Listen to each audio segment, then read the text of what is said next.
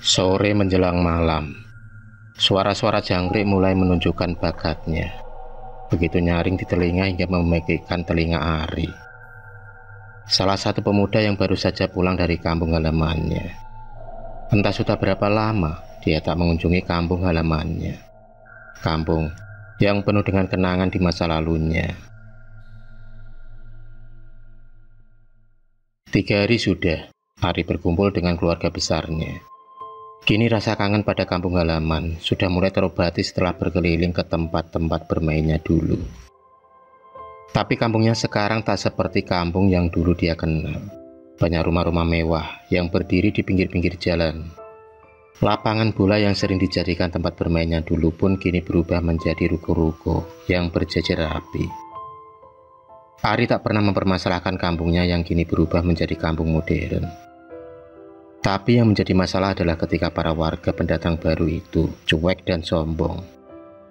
Itu mungkin karena mereka adalah tergolong orang yang berada dan rata-rata mempunyai rumah mewah.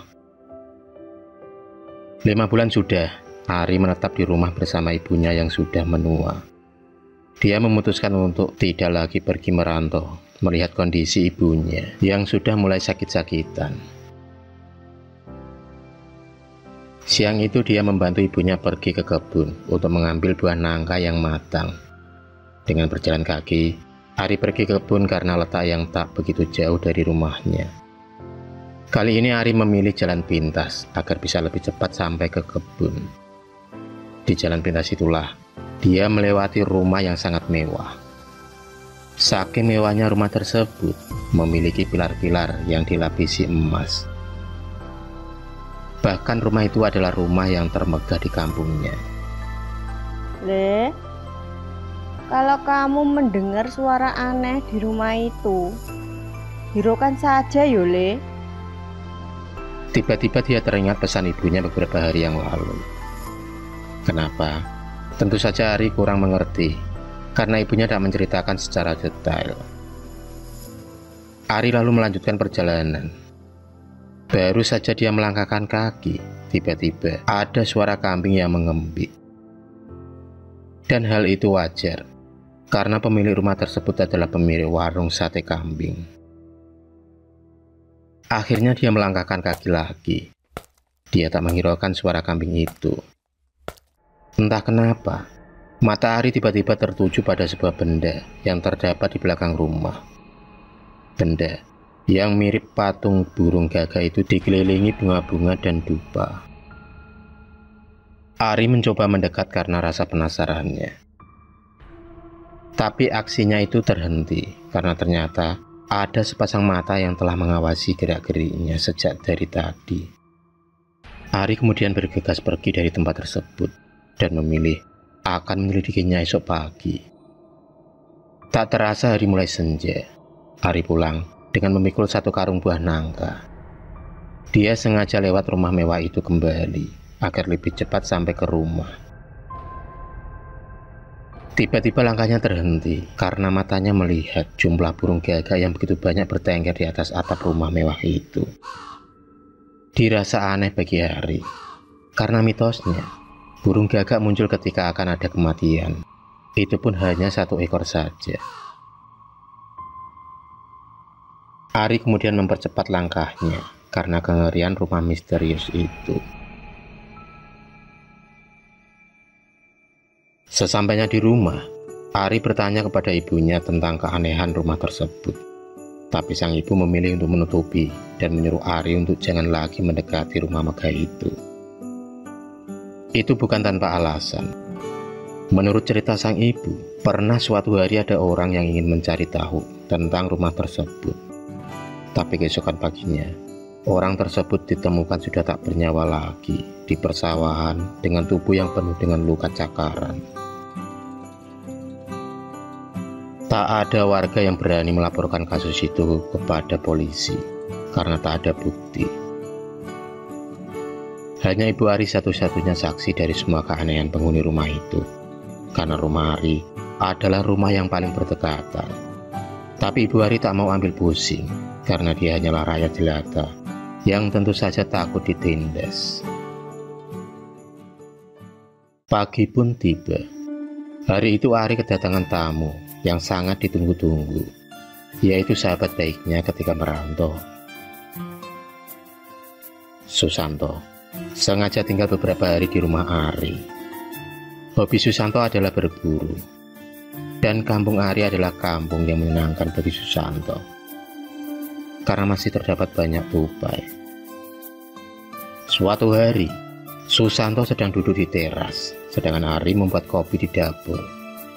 Tiba-tiba Susanto mengambil senapan anginnya. Dia kemudian melihat segerombolan burung gagak bertengger di pohon mangga milik rumah megah itu. Naluri berburu Susanto pun mengalir begitu saja.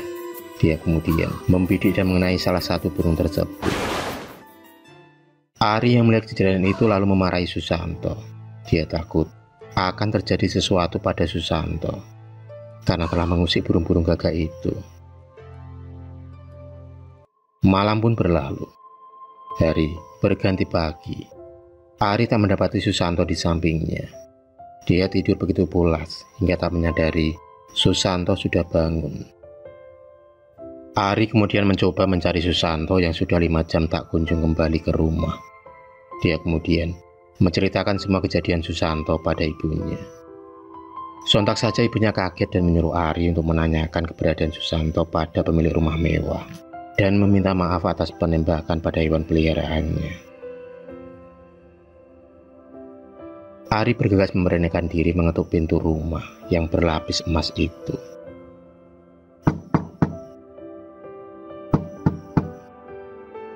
Sudah berulang kali Ari mengetuk, tapi masih saja tak ada sahutan dari dalam rumah. Hingga Ari kemudian nekat lewat pintu samping. Dia mengintip dari jendela yang sedikit tertutup gorden. Dan alangkah kagetnya Ari melihat Susanto yang terbujur kaku. Di sampingnya berdiri seseorang yang bertubuh tegap, sedang menyulut dupa dan melakukan suatu ritual. Kaget dan takut, tapi Ari tetap berusaha memberanikan diri untuk melihat langkah selanjutnya orang misterius itu. Hingga pada menit ke-30, tiba-tiba saja banyak burung-burung gagak yang mulai mencapik-capik tubuh Susanto, bak hewan buas yang haus akan darah. Burung-burung gagak itu menggigit kulit Susanto.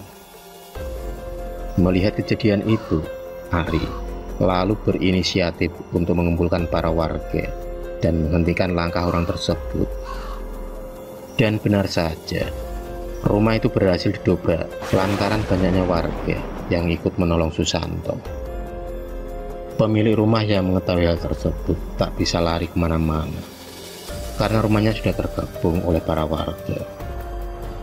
Warga kemudian mengeroyok orang itu dan menyerahkannya ke pihak berwajib. Warga sangat antusias membantu Ari karena selama ini warga sudah curiga orang tersebut adalah pelaku pesugihan sate gagak. Tapi warga tak ada bukti yang akurat. Dan kata warga, setiap bulan purnama tiba, gagak itu akan meminta tumbal, dan tumbal itu sendiri adalah warga kampung. Dan setelah diinterogasi oleh polisi, orang tersebut pun kemudian mengaku melakukan ritual sesat dan meminta kekayaan secara instan dengan cara mengambil pesugihan sate gagak. Akhirnya Susanto bisa diselamatkan meski tubuhnya banyak luka cabikan dari burung gagak tersebut.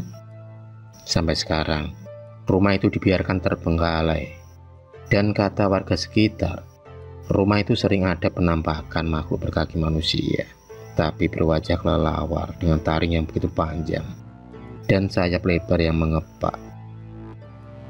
Warga sekitar meyakini itu adalah jelmaan jin penghuni rumah megah itu.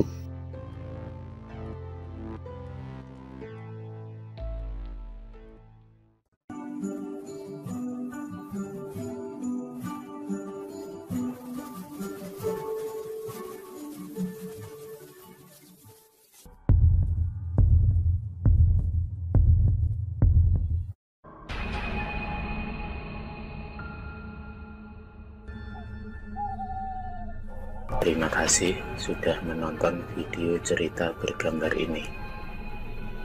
Klik subscribe untuk terus berlangganan video-video cerita bergambar selanjutnya. Semangat berkarya.